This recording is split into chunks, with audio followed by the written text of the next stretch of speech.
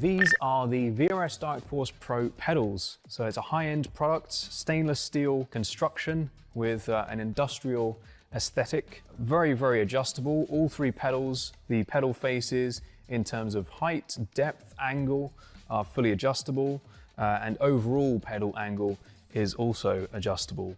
Now, if we look at the throttle pedal first, we have quite a unique design here. So we have a rodless spring, which doesn't quite look right to the eye, but functionally performs extremely well. Absolutely no friction whatsoever, so really nice smooth response.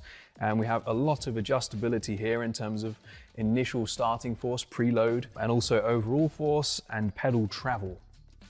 So if we move on to the brake, we have similar levels of adjustability, a very high-end, heavy-duty construction. We have the blue spring on here at the moment, which tolerates a 65 kilogram maximum force. Also supplied is the optional red spring, which doubles that to 130 kilograms. These are linear springs, which is not normally how a real-life brake pedal feels. So we have this very clever mechanism on the back here, which basically turns that into a progressive, more realistic feeling, which gives you quite a decent bit of travel for low-level trail braking, and then more of a ramp up when you're really braking much harder. And we have this tie rod at the top, which is fully adjustable, along with preload, so you can really fine-tune that exact force shape to your preference. On the clutch, we have a similar level of adjustability in terms of pedal face and also the shape of the curve. So we try to emulate a clutch plate, which is stiff initially and then flattens out as the clutch gives way. So that's emulated here with a small amount of adjustability, including overall travel as well. So we're very happy with this product, and we hope you are too.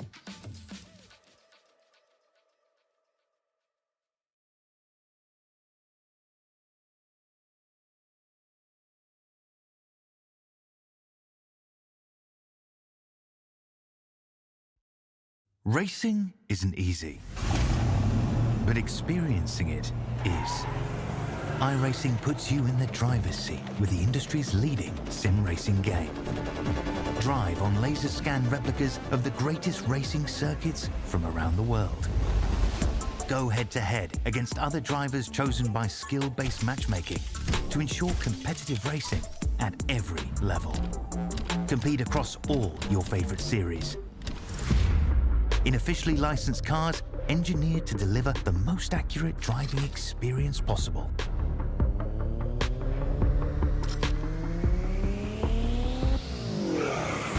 Join a race or host your own with players from across the globe. Race against the computer or in a league with friends. Feel the thrill behind the wheel. Visit IRacing.com.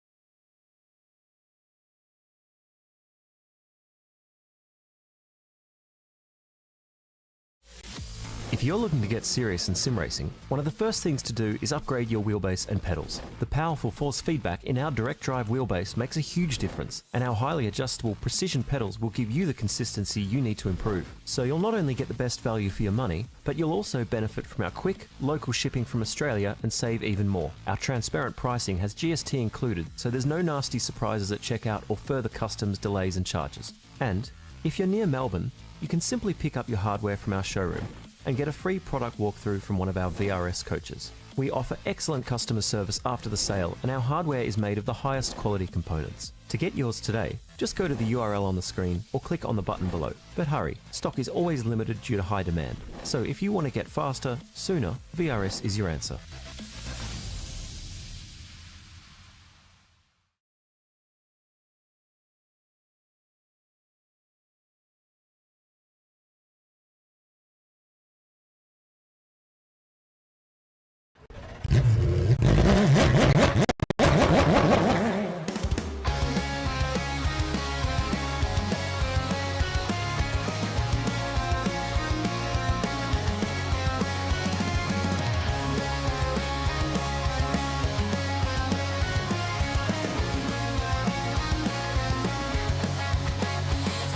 Faster, no control. Feel the thunder in my soul. Through the danger, through the pain, only one thing to do to get to victory lane. Taking risks, full send, and in the end, be the best. It's taking over, cannot contain the desire to get to victory lane.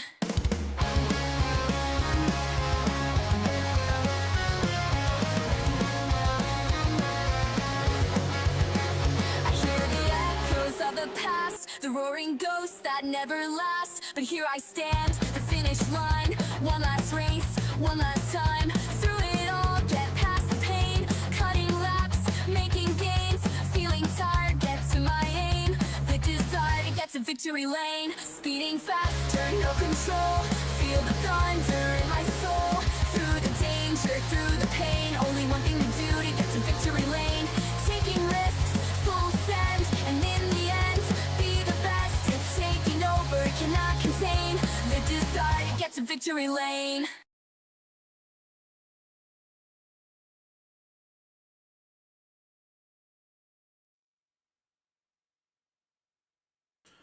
Good evening, good morning, good afternoon, ladies and gentlemen, and welcome back to Infinity Broadcasting, and welcome into the IRWC presents the VRS Virtual Racing School Porsche Cup Series here tonight for round 8 of Season 2 of the series for our final feature race of the season. 60 minutes worth of driving for these competitors here this evening, where strategy is going to be key, trying to save tyres, save fuel as best as you can. One thing will be guaranteed is surely a little piece of the chaos that we saw last week at Okayama, but also we're going to see some strategy plays here tonight as well. Hamish Munro with you alongside me once again.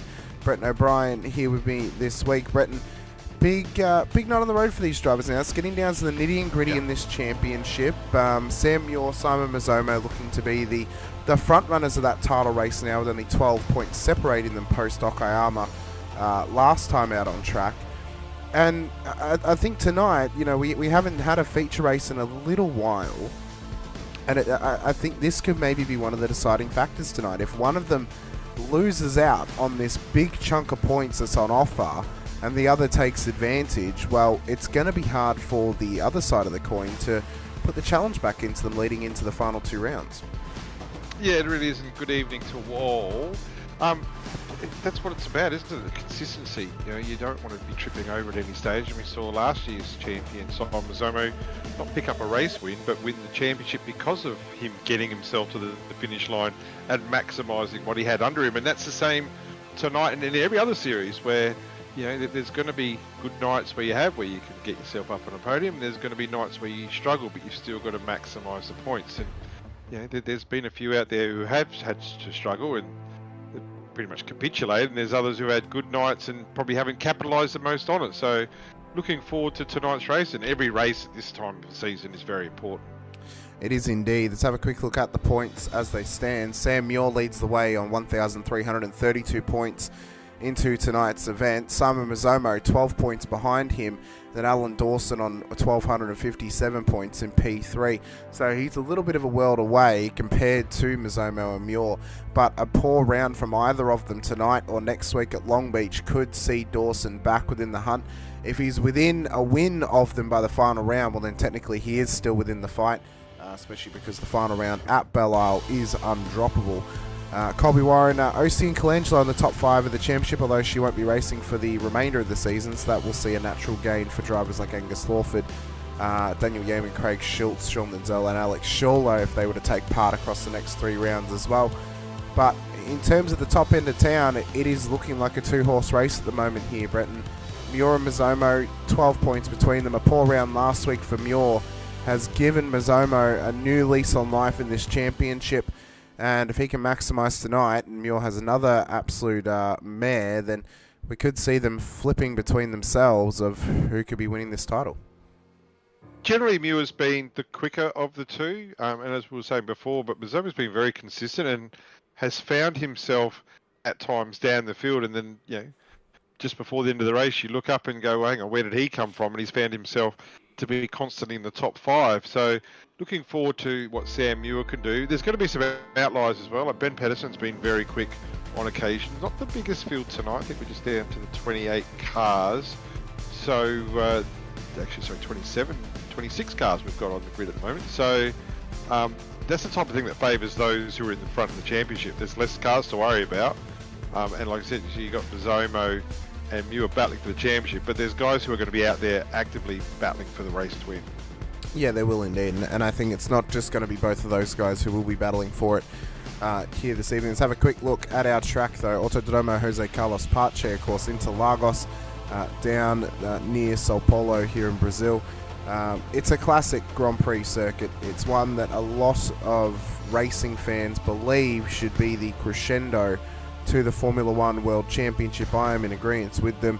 It's raced with WEC here previously, as well as series like Brazilian Stock Car 2. But as we trickle our way on down and we see where the previous old remnants are of the old oval variant of this circuit, we can see how it's all shaping out. It'll all start on the main straight. Turn 1-2 tonight, Brenton. I think early opportunity for chaos, especially if drivers don't have patience through those first few turns. That's where you can make positions early, but it's also one of your more high-risk areas that you can make positions early in the race as well. Yeah, Center S is always famous. And downhill braking, so the braking area is extended, so that gives cars more of an opportunity to make a pass. And yeah, I know you're saying that you believe it should be the penultimate round of Formula One. There's not enough money over in Brazil to pay for that. It's all the money's over in the Middle East at the moment, and will be for a long time in the future. And they pay amazing coin to get their sprint races and the last rounds, etc., etc. So yeah, I don't think it'll ever go back to Brazil being that late, and also seasonal as well. But I love this track, I really do, and it has got so much history. And you know, we can talk about Ayrton Senna and Rubens Barrichello, and if you want to go back to Nelson Piquet, more than welcome to. But it's just such a famous track, and it's a good flowing track as well. Make sure that when you leave the circuit, get yourself a couple of extra security guards because you're going to get rolled. But no, it's a wonderful, wonderful track, and it's good for racing. It is, and it's very similar to a roller coaster ride in terms of up and down hills with a heap of elevation changes, good passing opportunities around here as well. I think a good opportunity for racing between these cars tonight. We may see the field spread a little bit across the 60 minutes, but I think we'll get those small battle packs of cars jostling for position throughout the whole race. Strategy is going to be tough tonight. The possibilities of safety cars, well, we're going to get an idea of that off the race start of how likely we are for them. Of course, it's been used, this layout's been used ever since 1999. Originally it was opened back in 1940. 4.3 Ks, 2.6 miles in the old language, 15 turns, and anti-clockwise in direction as well. So it'll be a wonderful night here for us out at Interlagos. I'm excited to see how these drivers do as qualifying gets underway. So let's see who is amongst the front runners at the moment. Well, right now as the first lap times come in, Brenton, Sam Muir setting the pace early. Yeah, it's been quick all year, deceptively quick. Has been thereabouts. Again, we're talking about those who they had the chance to maximise their results. There's probably been a couple of races that he's probably been short, but I think overall, doesn't matter what happens at the end of the championship. I actually think that he would be happy with how things have gone, but there's still a bit to go, obviously, and he's right up there amongst it. And he's got quarter of a second on the field at the moment. Still 11 minutes to go, plenty of time. Quarter of a second on the field. More importantly, 1 second ahead of Simon Zomo. Yeah, I think just a good amount of pace over Mez at the moment does, that Muir has. Not sure why we're getting blinking issues. We're in a very small field tonight, so hopefully that doesn't continue on as an issue for us. I think for Mez, if he can qualify in the top 5, that's a great effort, because we know that he can naturally move his way forward in the race. He's got very good race pace compared to his qualifying pace, Brenton.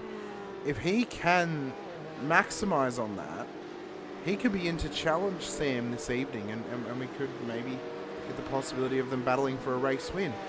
Since we are getting bad blinking, I am going to have to stop actually screen sharing to Discord, but I'll keep my virtual camera on. That should be okay. It just means we miss out on the car sounds. But yeah, it could be interesting to see how this plays out now. If Mez is starting within that top 10, and Although he's just gone to P3, and Lawrence has actually pipped Muir for pole at the moment. So it's on. It's on between them. Well, track temps come down. It's 22.8, so you're going to see cars improving now. Lawrence has gone top. Muir, who hasn't finished his lap as yet, so I'm kind of, well, thinking there might be an improvement there. And Kurt Chapman up into third place. So there's quite a bit going on there. You just have to excuse me. I've got an important call coming in, so just let me mute for a sec. That's okay, Brenton. That's all good. We've roughly got 10 minutes of qualifying left as the faster lap times are coming in. Pedersen has gone to the top now. Gardner and Blair have got some good pace in them as well amongst the top 10. Excuse me. Chapman, Warren, Gardner and Blair have actually now separated Muir and Mazzomo in this field currently. So we'll see how well these guys can continue this battle and how well they can find their pace here amongst qualifying. For Mazzomo, perfect world is being able to find the lap time to get up and around Sam Muir. That is the important, part of tonight's race, and the important part of qualifying too. Now, starting a few rows back, that's not so bad, but if you can start either right alongside him or right behind him on track, then that's going to play out even better for Mazzomo as he pulls up just to let some traffic past, including Muir, who's about to go on another lap attempt here of Interlagos. If you're watching along with us tonight, though, get into the chat. Let us know anyone you want to keep an eye on. Hit the like button as well if you're watching on YouTube. And if you're watching over on Twitch, hit the follow button. Click the subscribe button, the bell icon too if you're watching on YouTube, so you're notified whenever we go racing. Big week coming up here in the IRWC and across the channel as well. Friday night, Talladega Super Speedway comes your way in what should be an amazing race to hopefully offer us up some different points offers in amongst that field for the Rodnock Cup. And then Sunday night, 8:30 p.m. special time slot for the Racecraft Simulations V8 Veterans Split 2 action out at Circuito de Jerez for round 7 of that series in wet race action for the supercars. Zelly Gardner has now gone to the top of the timesheets. A 134.57 from Gardner in a fantastic effort. And we'll see if that time will stand for the rest of qualifying. 8 minutes into it, and Gardner is doing a massive job out there. Yes, he is. Yes, she is. Sorry, I just come back to that. That's a fantastic effort, and it's really good to see the car 7. Sorry, I had to stop off urgently. That is a fantastic session so far by Ellie Gardner, and it's something that's come out of nowhere. Like, you don't put the name Ellie Gardner and being fastest in qualifying in the same sentence, but right now you do. Track temp's 22.8, so that's remained steady. So it was just a really, really good solid lap, and that's fantastic. And we're only talking 1/100th of a second behind Pedersen as Sam Muir goes fastest, 2 100ths ahead of Ellie Gardner and 2 100ths ahead of Ben Pedersen. So this is really building and really closing up. And not so long ago, we were talking about Simon Mazzomo up into P3, sliding now down to P9 as Colby Warren goes fastest and Pedersen goes second. So it's all building, it's building. Track temp 23.3. Yeah, it's getting colder and colder out there for these, for the track temps at the moment. We'll keep an eye on that track temperature at this stage, but the colder it gets, the faster the lap times are going to get as well. I'm unsure why we're getting such bad blinking tonight. Interlagos doesn't normally draw that much. What I might do is we'll quickly just bring up the standings again, and I'm just going to very quickly just turn down some things because it's the only thing I can really think of now that will actually fix the issue. Well, whilst you've got that going, I'll talk about Colby Warren, who is on provisional pole at the moment. Well, as we can see, he's P4 in the championship, so he's got himself alive. But with Ellie Gardner, you've got to slide down quite a bit, down to P13.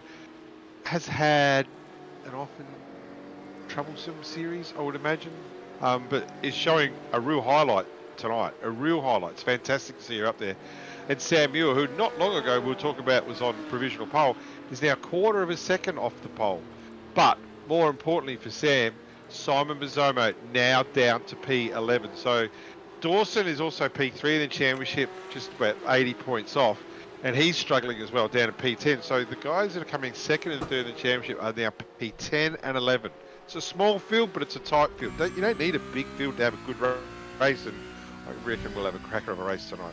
Yeah, I agree. I think the sort of pace this field's getting out of these cars at this track, how close the pace is as well for these drivers, and the fact we're going racing for 60 minutes, that tells me, Brenton, that we could be on for something special. We could maybe have a battle for all the top 10 for the whole race. We may have them in a line of stern for the whole time.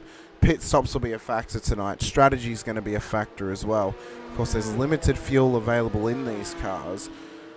Only time will tell, though, how well it works out for them. I'm unsure why this is still blinking like this. And three of our constant race winners, Job Stewart, Matty Bowler, and Lockie Capel, none of them are here tonight.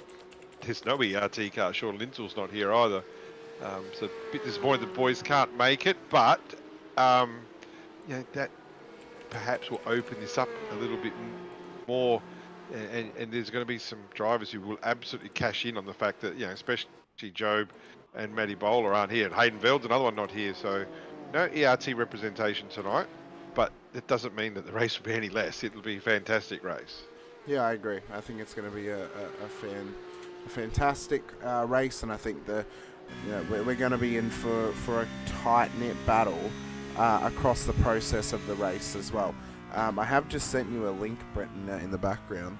Yeah, I've sent you a link to your DMs. It's a Video Ninja link. Hopefully, Video Ninja? Well, it will allow you to see my virtual camera, and I'm just going to test if I turn it off in Discord, if that will actually help with this blinking.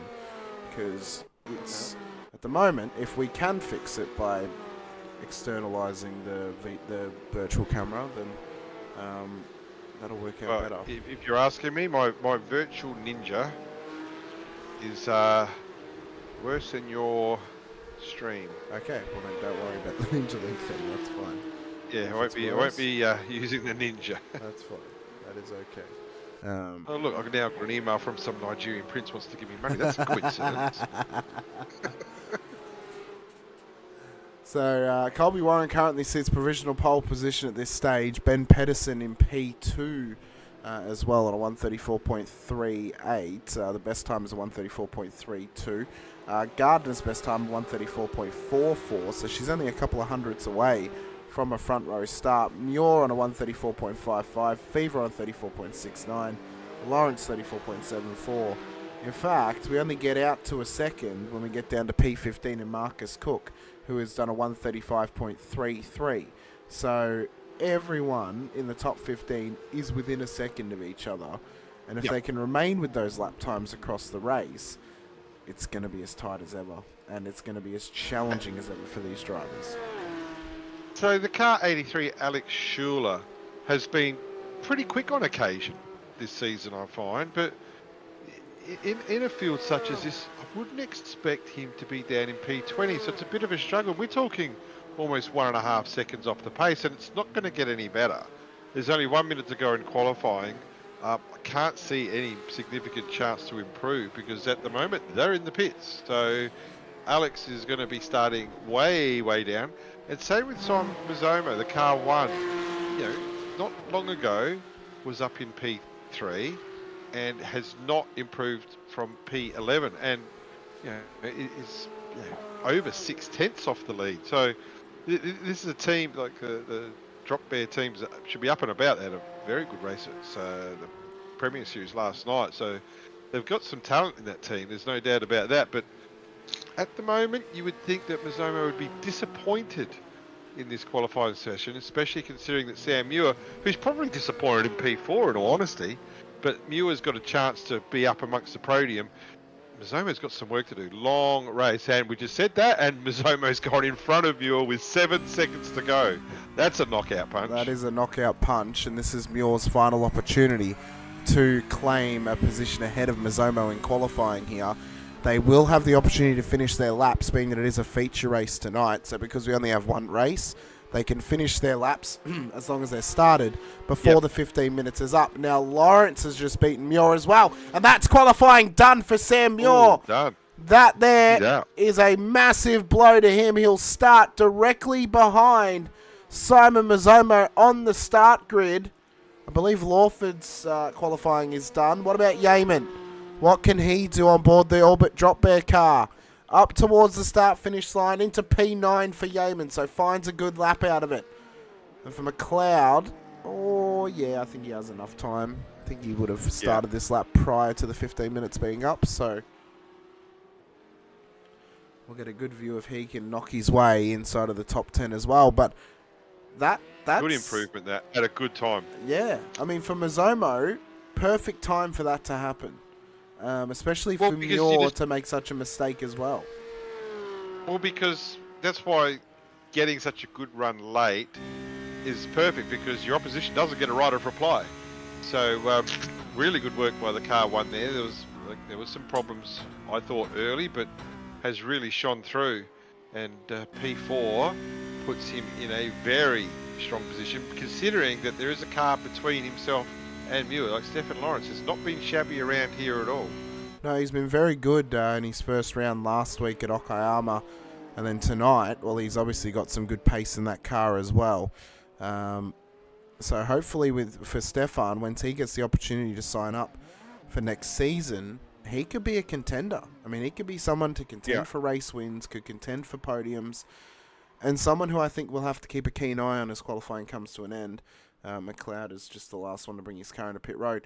The early sign-up process has begun, though, for Season 3.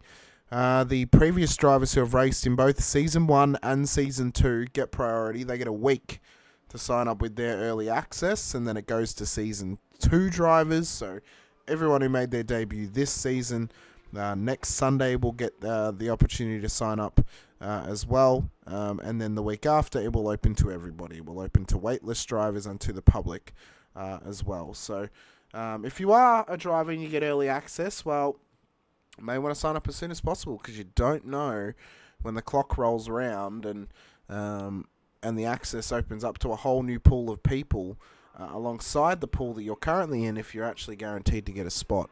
Especially since we filled the sign-ups this season of 50 and more so with waitlist drivers as well. Starting grid, though, for tonight's race will be as follows. Colby Warren will start pole position alongside Ben Pedersen on the front row of the grid. Ellie Gardner and Simon Mazzomo will then make up the top 4, with Stefan Lawrence and Sam Muir for our top 6.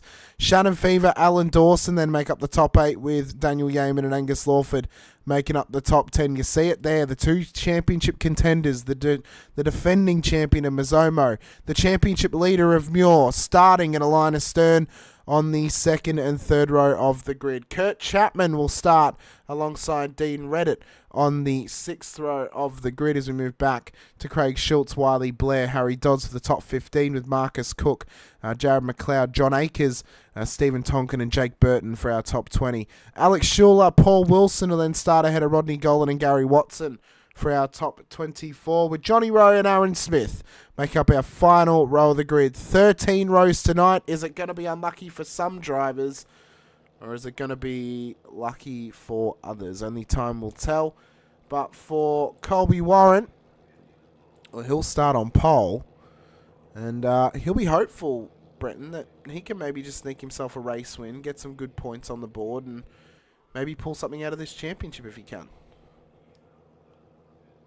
Well, absolutely, but we also know that Ben Pedersen very good, and Ben Pedersen leads a race well. Like, there's some guys who are very good at following and might cash in late, but there's also guys who are good at leading a race, and I think Ben is a good leader of a race. I think sometimes he might need to curb his aggression to get himself to the finish line, but if Ben can get himself to the front, that will be an absolute handful for Colby. So interested to see how they get off the line here. Yep, only time will tell how this is going to work out for these drivers at the front of the field. How chaotic is it going to be through turn 1 and turn 2? Well, we will find out very, very shortly once we get underway and get the green flag flying from from our good friend Barney in the flag tower on the main straight. Hopefully, though, for majority of drivers, we get a nice clean getaway. It's a 1 hour race. Where's any common sense in sticking your nose in? This is lap true. One, turn one. This is very true. You know, the next 59 minutes and 58 seconds are going to be long and boring for you if you punted in turn one. So, oh yeah, 10 seconds away from the start. So hopefully there's a bit of race now about to happen. Hopefully these drivers manage to keep themselves in check and keep their minds in check as well. But time will tell. Lights are going to go up though for these drivers here at Interlagos. Warren and Pedersen on the front row. Safety car at the back in case something happens as we get underway at Interlagos, and it's a hot start from the front runners, and Mazomo is already up onto the podium out of P4 alongside Gardner. Into turn one they go, and it's a solid game for Mazomo off the race start as the scramble begins in behind them for the mid-pack. But for Warren and Pedersen, well, they've done exactly what they needed to do off the start line here, Brenton, and that is break away from the oncoming traffic in behind them. Yeah, but also Mazomo's done what he's had to do. He's made that spot over Ellie Gardner immediately, and as a result has got himself clear, and Sam Muir also goes through. So straight away, our two championship protagonists have made gains. Sam Muir's already up 2 positions, got past Stefan Lawrence already very quickly, and has already gained against a pretty passive start by Elliott, has to be said. It was very passive off the start. There wasn't a lot of aggression there. I understand that. But all that's done is just open the door for those leading the championship. Yep, it's only going to drag more and more drivers into an opportune position, which they would obviously hope to take advantage of if they could, as Mazomo is just in a nice little position here with Muir about 0.9 of a second back off of him. Gardner, they'll be hoping to make up for the loss off the start-finish line if she could, just to keep the pressure on Muir and maybe Mazomo as well, just to challenge for a podium here tonight. For Lawrence, he'll hoping to be able to make some good gains as well. He's already down 1 position. Biggest gainer further back in the field, though, currently is Rodney Golan, up 4 positions for Riot Sim Sports. And alongside that, Steve Tonkin is also up 3 positions as well into P16. And Wiley Blair, down 7 spots actually, back up to this spot. Actually, they battled quite hard at the moment. I saw Wiley might have heard me go, ooh, because that turn 10 went very deep. I thought he was going to take some punters with him, but he just went a little bit wide and lost a couple of spots. Now, if you're Sam Muir, we've only got 57 minutes and 40 seconds to go, so probably about another 38 laps. If you're Sam Muir, do you need to chase Simon Mazomo, or do you just need to come one spot behind him the moment, for the rest of the series? Well, it's 12 points between them. It's 240 for a round win. So that is either the race win in a feature race, or winning every single race across a sprint or a rush round, or the finale race as well. He's got to finish across the next 3 rounds within 4 points of Simon, and I think that is based on, I think Sam has won more races than Simon has this season, so he's got to finish within 4 points of him in every round. So if he doesn't, then he's got work to do. Now tonight, the differential on points, I believe, is 4 points. So exactly, he's doing what he has to do tonight to maintain. But in saying that, it could be a different story and scenario come next week at Long Beach in a sprint round, and the same at Belle Isle in the finale round as well. Absolutely could, but if he who runs away lives to fight another day, and I'm certainly not suggesting Sam's running because he's not, but he would be quite comfortable at the moment. P4, nothing really hassling in front, battling behind with Ellie Gardner and a recovering Stefan Lawrence, so that's going to shake the two of them off from behind Sam Muir. He can get his tyres up to temp, and he can just work his way up to Warren, Pedersen and Mazomo, because we know Muir's got the pace to do this. So his last lap of 35.2, that was his lap 2. 34.8 by Pedersen was the fastest lap of the pack in front, so he dropped 4 tenths. But I wouldn't be surprised if that time starts gradually coming back in. Before you know it, he'll be on the top 3. And whether he takes Gardner and Lawrence, and to a lesser extent Fever up as well. Just had this moment here for Paul Wilson in towards turn 4, self-inflicted. I thought it might have been something worse because he was parked up on the side of the road and letting cars past him, but unfortunately I was denied something worse than what it actually was, which is good for Paul's race and probably good for the whole field's race because it means we're not getting a safety car at the moment. Fastest lap of the race currently sits with the front 2. Colby Warren and Ben Pedersen of a 134.86.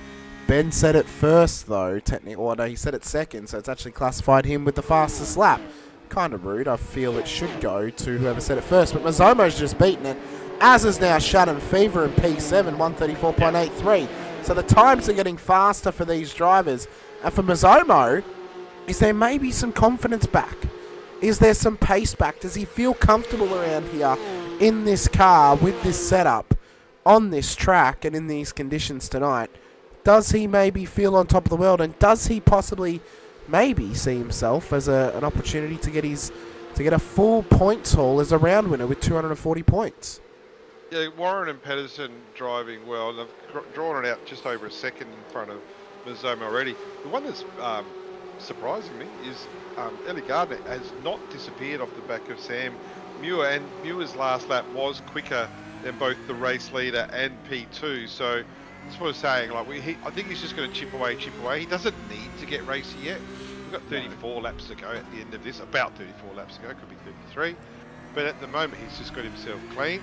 We can see Mazzomo now trailing off. He's already dropped 2/10 this lap on the first 2, whereas Muir has actually picked up a 10th on the first 2 so far. As they come into the last corner of turn 12 up to turn 13, and they just forever going left, up the hill. And these cars actually do lose a bit of traction as they come around here, surprisingly. Some of them actually still lifting, weather permitting. I think they should be all right today, but certainly the hot weather they're lifting. But the battle up front with Pedersen and Warren is just starting to heat up. When we look at lap times, again, it's not the leaders producing the fastest lap. Stefan Lawrence was the quickest from P6 that lap, who actually made a move on Shannon Fever. No, did not, sorry. Shannon Speedhell's position. But 34.7 for Sam Muir and a 35.2 for Mazzomo. So here's the draw that we were talking about before.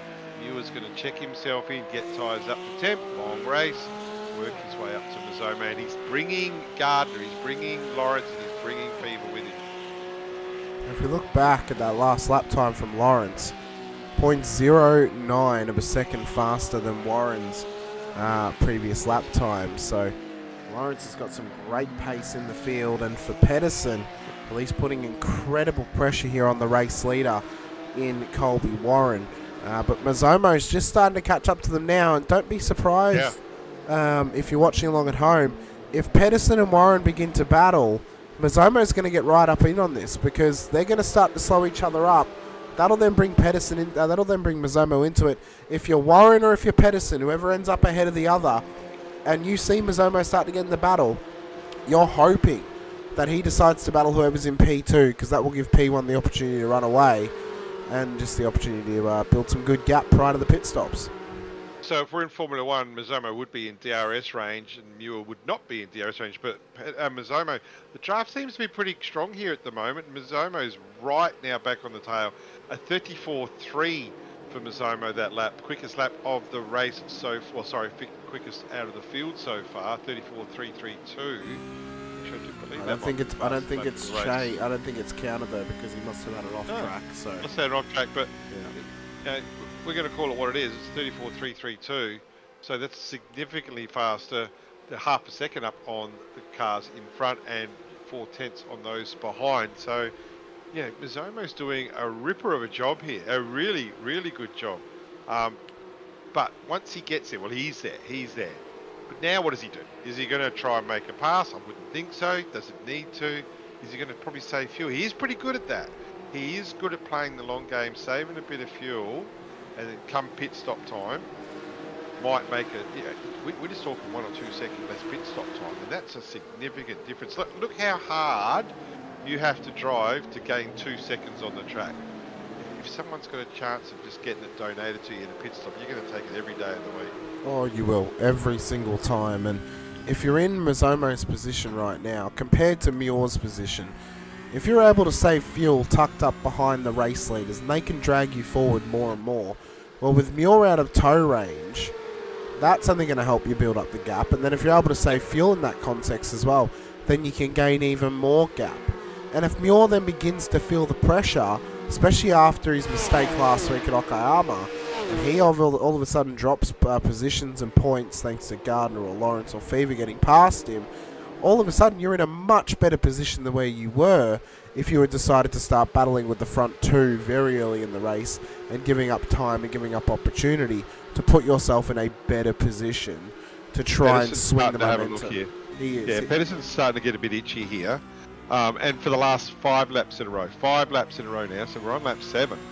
The top 2 have not been the fastest out there. As a matter of fact, out of the top 6 have been the slowest. So it's compressing. It is compressing. And the more that Pedersen attacks, and he will continue to attack, as we say, he is quite an aggressive driver, the closer Mazomo already is. Mazomo's already there.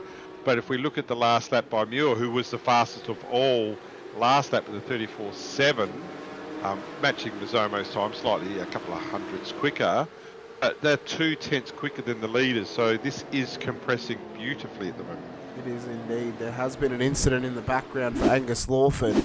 Let's have a quick look at how this has come about for him down here at turn 4. So it's another incident at 4 for the 152 car this time. Catches the AstroTurf. Round he goes. Somehow Daniel Yeaman avoided him, and he's just trying to rejoin the circuit as best he can. Don't move. Yeah, don't move. You have to just hold your brakes there and sit there.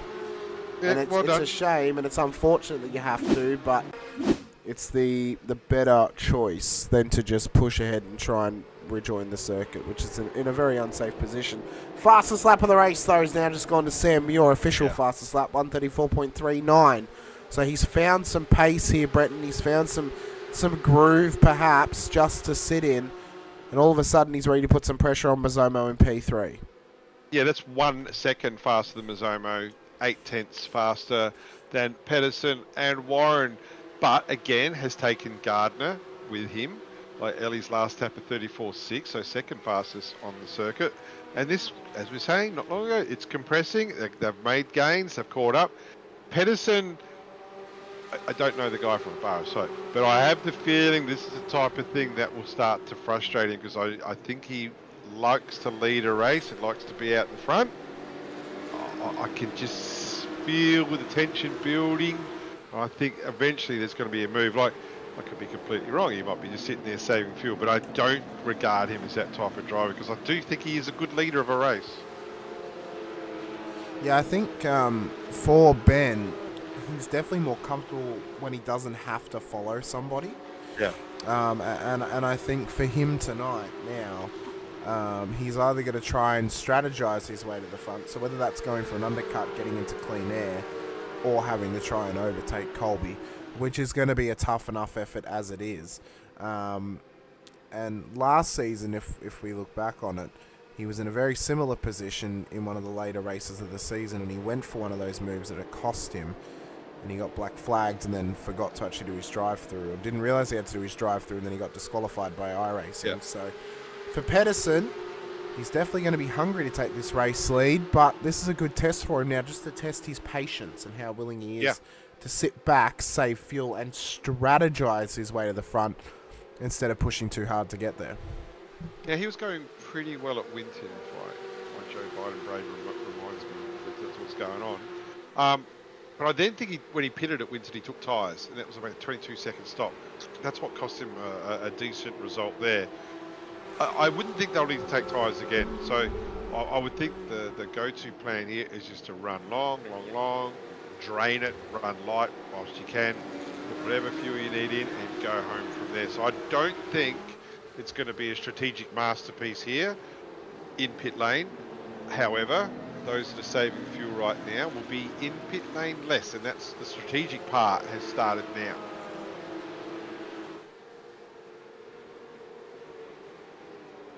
Full strategy mode for these drivers, and full strategy mode in terms of how they're going to attack this next portion of the race. I do apologise, everyone, just heard my opera opening back up again. We have got a couple of chats out there. Elliot Price with us. I would hope Ellie is just playing the long game. I think she is. I think she's smart enough just to sit there, save some fuel, and play to the strategy. As Pedersen's going for the race lead into turn 1. There's the move, Brenton. He's gone for it. Yeah. He's pulled it off. Great move from him. Smart play from Warren. Let him have it in the end, but we'll see if he comes back at him here. We've also got Brendan Griffiths by way of Project 36 in the chat with us too. Great to have you out there, Brendan. Great to have everyone watching us along as well. So this is where the race will pick up. So this is where we know where everyone's going to be. No disrespect to Colby, he was on pole position, so he's done a cracking job. I do think Pedersen's faster in race pace. So Pedersen's now going to try and extend here. So let's just keep an eye on this. So his last lap was a 34.8. His fastest lap of the race, so far is a 34.718. Let's just see if straight away there's an improvement on that 34.8 that was done last lap. Colby Warren has not gone away, and I don't expect him to go away. But I think Pedersen's pressure now will start to draw out. I do think the draft is quite strong as well, so that's obviously helped Pedersen stay with him. But when the time was there to make a move, and we said not long ago that we think he's getting a bit itchy, and there's going to be a move soon. And sure enough, we've done all right here tonight, picking the strategy ourselves. We've done pretty well. I just think Pedersen's going to try and fetch. I think we have. Yeah, we've done pretty well.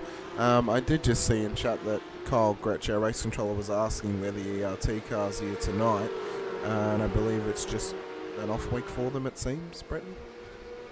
Yeah, busy week with Pro Series that was on last week, and there's another Pro Series race next week. So big commitments for the team, and they can only stretch themselves so far. Hopefully we'll see them back next week out at Long Beach for the second to last round of the season. Ben Pedersen, though, you mentioned, could he stretch the legs? Well, last lap was a 134.82. Warren's was a little bit hindered thanks to the move by Pedersen at turn 1. It was only a 35.13. But Mazzomo went faster than both of them, as did Muir, as did Gardner. They all sat at a very similar lap time, a 134.7, faster than both the top two on that last lap time by. Yeah, so apart from the opening 2 laps, at no stage has the leader had the fastest lap of that lap. So that's telling me that the draft is fairly significant here. The fact that there's now 5 in this pack, whereas originally there was just 3. We know that Muir has brought Gardner up. I expect Lawrence with a 34.8 last lap to also slowly wind their way up. They're just a second off the back of Gardner at the moment. And, Stefan did a pretty good job in qualified in front of Sam Muir, so we know that Stefan's got the pace as well. But now we're just into that settling phase. Like, I don't think Colby's going to be able to make a move on Pedersen. I think Pedersen will. We've got the championship contenders and the series champion asking questions about rules and regs. Not a big fan of race control and stewards answering questions during the race. So that, to me, I'll be honest with you, if I was a steward, I'd say that if you haven't read the rules, you haven't read the rules. We don't need any outside assistance, and that's certainly what they're getting right now. Yeah. So for all those out there, Simon Mazzomo's asked if there's any compulsory pit stops. Well, there's no compulsory stops, as there's never been compulsory stops. No. In this series, but the fuel level would mean you have to take a stop. The fuel level should not get you to the checkered flag of this race. You should be forced to take a stop based on running out of fuel. Yeah, but the fact he's asking, he might have a belief, or he might be thinking, is there 2 compulsory stops? But like I said, as a steward, I would, it's not my playground, it's someone else's pool party, but as a steward, I don't think it's a steward's job to answer rules and reg-related questions whilst there's a race on. So that's up to the driver to know the rules and regs, and that's a form of outside assistance. But our stewards do a fantastic job. Not going to be critical of them, but if it was me, I just think, Simon, read the rules.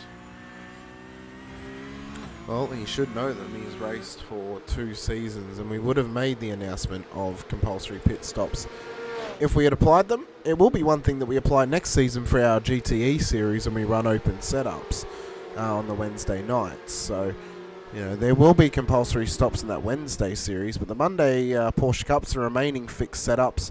No compulsory stops, but the fuel limit does dictate that you will need pit stops in these sorts of races throughout the season. For Ben Pedersen, well, he leads the way with Colby Warren, Simon Mazomo, Sam Muir and Ellie Gardner hot on his heels. Only 1.7, 1.8 seconds separate the top five. Stefan Lawrence has dropped a bit of pace off the back of them, as is Shannon Fever. As we look further back, there's a battle starting to brew here with Alan Dawson and Daniel Yeaman for P8 on the road. Same with Craig Schultz and Marcus Cook for P10. And then even further back from them, Kurt Chapman, Harry Dodds. The teammates trying to work together to hold off Steve Tonkin here too, as well as Rodney Golan with his teammate John Akers battling away with Jared McLeod and Wiley Blair. There's also Alex Schuller and Dean Reddit, as Reddit goes from movies down 7 at the moment, so he's been in struggle street already this race, as has Angus Lawford down 11. We've also got Paul Wilson, Jake Burton in behind him, Aaron Smith, Gary Watson, and then Johnny Rowe as well, who's been involved in an incident not too earlier on. So that's the whole running order at the moment here, Brenton, and as we've just hit the 20-minute mark, we may start to see some pit stops coming in the next 10 minutes or so. Well, not if they don't have to. You would think that these cars, especially around here, when you exit turn 12 up the hill to 13, a light car is a fast car, so you want to drain these things as much as you can to maximise the fuel and the weight allowed. Pedersen, for the first time that lap, looked like he was really trying to push hard, but Warren was able to stick with him. 34.643 is actually Colby Warren's fastest lap of the race, and so that's very encouraging for them. And they've actually started to drop Mazomo for the first time. Mazomo now almost a second off the pace overall, and Muir's not going away. So Muir looks like he's got Mazomo's number. Ellie Gardner's done an absolutely fantastic performance, just starting to leak off a little bit. But the race up the front, we were saying again before that Pedersen's going to try and stretch this. Is Warren going to be able to stick with him? Well, it looks like at the moment, yeah, Warren can stick with him. Can Mazomo stick with him? At the moment, it's looking probably not. So that's going to tighten things up with Mazomo and Muir. Could there have been some strategy there of Mazomo announcing or asking the question over radio? Yeah. Just maybe plant the thought process in other drivers' minds that, oh, he's going to attempt this, maybe I should too. Absolutely, there could be that, but if we're talking about fuel being so light that there's no choice, well, you know, there hasn't been any safety cars, whether he's relying on one, but like I said, I just think that everyone's going to run as long as they can. Don't take tyres and go out there and go to the finish. But the difference between taking 30 litres and 25 litres is quite significant in pit lane. And Colby has not had a good lap here at all. He has had a bad lap. He's actually gone from so he's gone 34.6 last lap. He's down to a 34.9. Pedersen smelt some blood in the water the lap because he's drawn out a 34.4. Ellie Gardner, the car 7, is our first to pit. And interested to see how long she's in the stop for. I think it's early, especially if she didn't need to pit. But also, let's see whether she comes out in traffic. So, of course, 35% fuel capacity in these cars here tonight, about 15 seconds or so in pit lane, so roughly 30 odd litres. I think about 35, 37 litres is the full amount you can apply into this tank. So she's taken her stop. She's come out just in behind Angus Lawford and just ahead of Paul Wilson. Absolute nightmare. She needs to offload Angus Lawford as soon as possible. She needs to get past him as soon as possible just to get into clean air to be able to push on now. So Ellie was running 34.7, 34.8s. Lawford's been running 35.9s. So, and now, don't forget, she's also on a heavier car. So this is going to be the great equaliser. Don't think Ellie took tyres. No, 15.9 stationary. So it's just fuel. Yeah, I think this is a bad move. And I also can't see why you would do it. It is, hopefully Ellie's out there and she's going to watch the broadcast later on. You didn't need to pit. If you're not taking tyres, you're not going to get an undercut. You know what I mean? You've got no advantage of new tyres. She was comfortably behind Muir, probably still in a piece of draft. All she's done now is create grief for herself, and it's going to be significant grief because Lawford doesn't need, there's no blue flags. Lawford doesn't need to get out the way. Yeah, that's a mistake by Gardner, and one that I would think that she will learn from. Well, the last lap between them was around about 2 seconds when she came into pit lane. Now that she's out of pit lane, it's roughly 31 seconds. I need to readjust here. Yeah, it's already out to 34. So she's 34.1 down at the moment, and that's just going to keep growing and growing. 34.2. It's not going to muck around. This is going up faster than firework at the moment. And she's right behind Lawford. Like, she's right on Lawford's tail. If we can go to the car 7, that'd be fantastic, because she's being held up. But Lawford's not doing anything wrong. He's running his race, but look at the traffic that she's in. She doesn't need to be here. She shouldn't be here. She's chosen to be here, and this is going to cost her multiple positions. Multiple. Before we were saying she was what did we say? 34 point. Off the race, off the race lead is about 34. Off the race lead. It was Pedersen, Mez, and Muir are all in.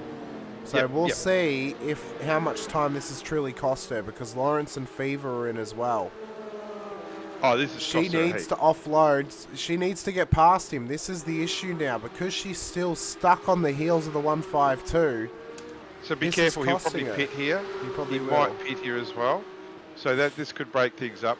And to be honest here, it looks like he's holding pretty tight there. Would expect him to be boxing this lap. Yeah, there we go. So let's see what Gardner can do, and whether there's been a gain or not. There's Lawrence. It's Lawrence. So Lawrence got Muir through. has actually gained on Mazzomo. Mazzomo, which is a bit of a shock. Yep. So, and look at the desperation by Mazzomo to get out. And look at, that's not so bad. It's not so bad. Yeah. She's still behind Muir and Mazzomo, and she didn't lose out to Lawrence, but it's the time that she's now given up, because she's now not on the back of them post pit stop. The big difference between Mazzomo and Muir was the pit lane traverse time. 37 seconds for Muir, 38.27 for Mez. So Muir was a lot more aggressive on the entry than what Mez was, and that's cost Mez the position. So let's have a look at that. Stationary times for Mazzomo and Muir. So both of them were stationary for 17.2. Now, Gardner was stationary for 15.9, so she was 1.3 seconds quicker in the pit, but she still dragged the chain, and she's quite a bit behind now. But like you said, so Mazzomo and Muir are both exactly the same stationary time, but 0.7 of a second difference in traverse time in pit lane. So that aggressive pit entry has certainly paid off. And also hitting your marks. Oh, yeah. So Colby Warren didn't pit, so he's in the pits now as well. So he was actually able to go that extra lap. So as much as this didn't work for Ellie Gardner, let's see if this gets Colby back into the lead. Well, it's not going to, because Pedersen has just come past him on the pit exit here. Let's see if the run at full pace is going to drag Muir and Mazzomo past him. It is going to drag them past him. So going that lap longer and saving fuel to go the lap longer has cost him a podium at this stage and cost him crucial positions. It was a terrible lap by Colby, to be fair. Plus the additional time in pit lane. It was an extra second stationary. Didn't need to do it. Like, it's not that much of an advantage. You need to save fuel to carry that extra lap, because now, not only have you dropped away from Pedersen and the draft of Pedersen, you've let both Muir and Mazzomo through. So these are the guys top 1, 2, 3 in the championship, and these are the guys who are 1, 2, 3 in the championship in order. Yeah, pretty much. Outside of Alan Dawson, who's back in P9. Sorry, Dawson, yeah. If they were to finish how they are, then Warren should gain on Dawson to get into P3.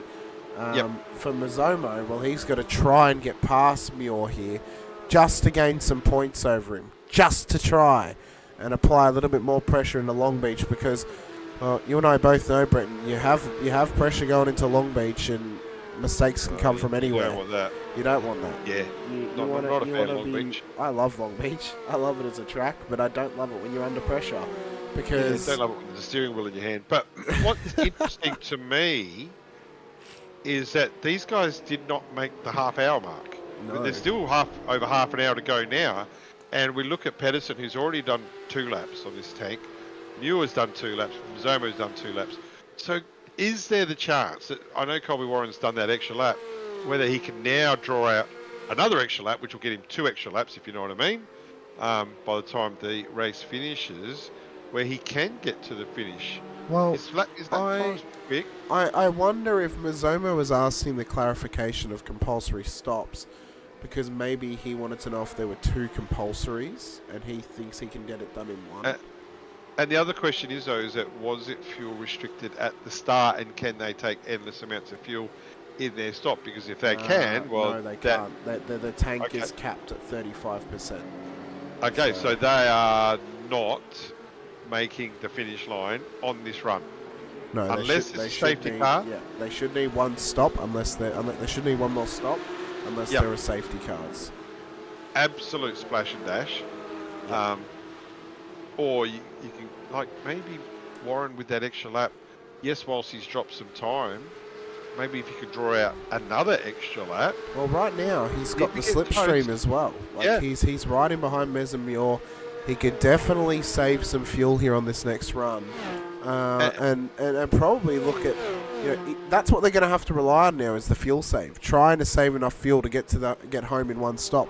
Because I'll be honest, this is the cleanest race we've ever had in this league. We have got 2 incidents reported.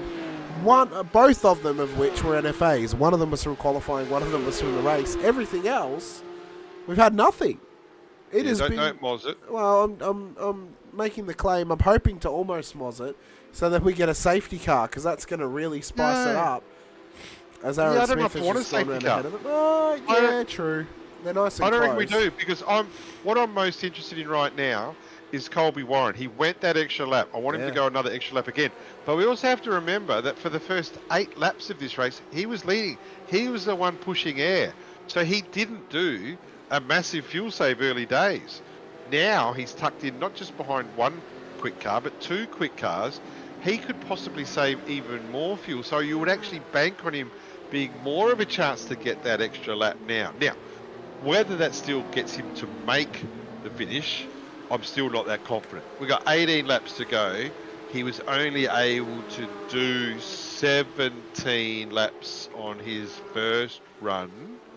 So I still think it's going to be struggle street. Absolutely will.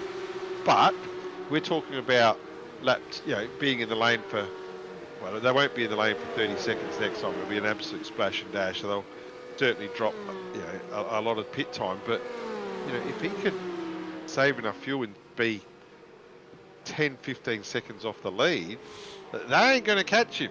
So long as he's within a few seconds off the lead now. Pedersen's last lap, he's not mucking around. There's no fuel saving here. 35 flat, and he's drawn out. He's now 2.6 seconds ahead of Muir. I don't think Muir's in a position where he's going to fuel save either. But Mizomo is not even looking like passing Muir. I don't think he's interested in passing Muir.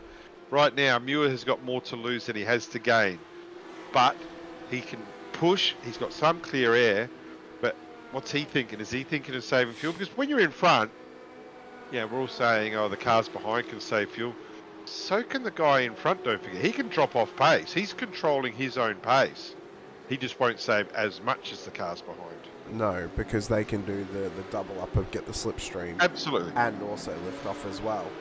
One thing drivers are also going to have to be cautious of tonight as well, Brenton, big factor is the off-tracks here at Interlagos. They are an absolute tart. I mean, the off-tracks here are horrible. They are horrible. Really? Well, I mean, there's some... Certainly, the outside of 4, I would agree with. Yeah. There's one there. And then obviously turn 12 as well, if you run it slightly too wide on the entry prior to 12, then off the exit of 11 you can get one. Off tracks can be a factor. Obviously little contacts can also then be a factor too. But I do think right now the fuel save strategy is the top level play. Just trying to save fuel. Say out of pit lane as long as possible. If you're Ellie Gardner, you've probably put yourself dead in the water now going for her usual undercut strategy in these 60-minute races. Elliot mentioned in the chat saying, I think the early pit is Ellie's usual strat to try and undercut everyone else. I don't think it's really worked out for her yet, unfortunately. I don't think the undercut works very well in the Porsche Cup car. No. You can't get an undercut. So why do cars try and get an undercut? What's the advantage of it? The advantage of an undercut is to splash some fresh rubber on it, get the fresh rubber to do the work, and try and make ground there. Yeah. But if you're not taking tyres... You can't do it with just fuel. It doesn't work like that. You won't do it with just fuel, because all you're doing is putting more fuel into a car. There is no such thing as an undercut when you're not taking tyres, unless the leaders are being held up badly with lap traffic.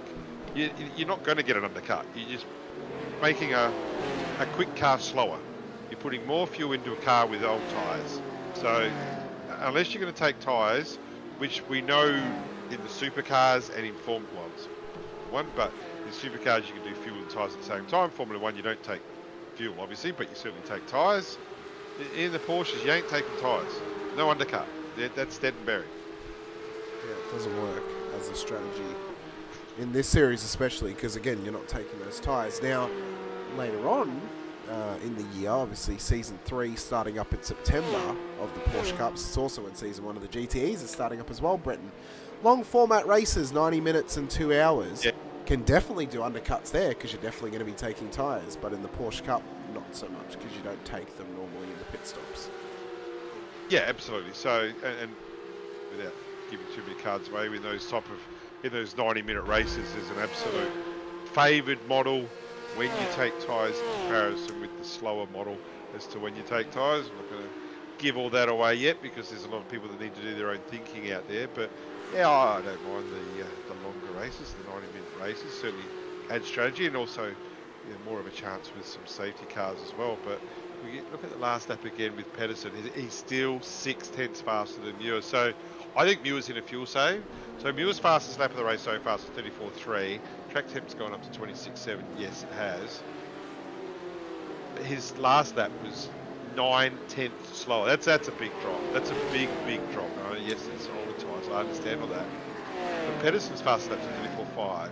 His last lap is 34.6. We're only talking about a 1/10 drop. I think Pedersen's accepted the fate that he ain't going to fuel save. He's going to push. He's going to make significant ground, which he is doing.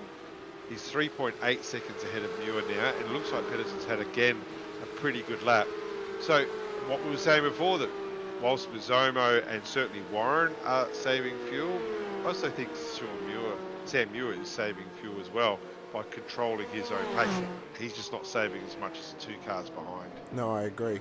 Kyle Gretsch in the chat does make a good point. Can get you fresh air. You feel like you're being held up. That's the only scenario that pitting early and taking fuel would help you, is if you are getting held up. And if you're getting held up badly enough that if you're faster than the car ahead of you with more fuel in the car, then the car ahead of you is having some proper issues if that's the case. But let's look where Ellie was in this case. She wasn't being held up. She was about 1.5 seconds, 2 seconds off of the pack in front. There was no lap traffic in front. If she had her JRT spotter working well, she would have known exactly where she was going to be, how much fuel she was taking, and where she was going to come out. And every one of those cases was nightmare, don't do it scenarios.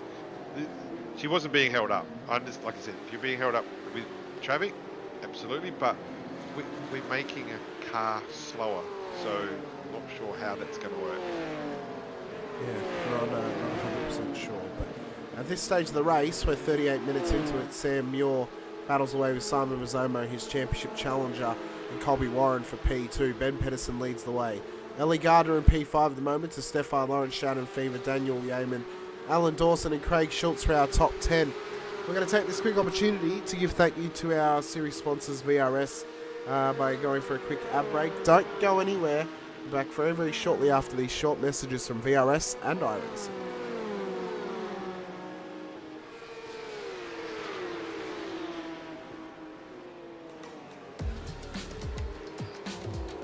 These are the VRS Dark Force Pro pedals. So it's a high-end product, stainless steel construction with an industrial aesthetic. Very, very adjustable. All three pedals, the pedal faces in terms of height, depth, angle are fully adjustable, and overall pedal angle is also adjustable. Now, if we look at the throttle pedal first, we have quite a unique design here. So we have a rodless spring, which doesn't quite look right to the eye, but functionally performs extremely well. Absolutely no friction whatsoever, so a really nice smooth response. And we have a lot of adjustability here in terms of initial starting force, preload, and also overall force and pedal travel. So if we move on to the brake, we have similar levels of adjustability, a very high-end, heavy-duty construction. We have the blue spring on here at the moment, which tolerates a 65 kilogram maximum force. Also supplied is the optional red spring, which doubles that to 130 kilograms. These are linear springs, which is not normally how a real-life brake pedal feels. So we have this very clever mechanism on the back here, which basically turns that into a progressive, more realistic feeling, which gives you quite a decent bit of travel for low-level trail braking, and then more of a ramp up when you're really braking much harder. And we have this tie rod at the top, which is fully adjustable, along with preload, so you can really fine-tune that exact force shape to your preference. On the clutch, we have a similar level of adjustability in terms of pedal face and also the shape of the curve. So we try to emulate a clutch plate, which is stiff initially and then flattens out as the clutch gives way. So that's emulated here with a small amount of adjustability, including overall travel as well. So we're very happy with this product, and we hope you are too.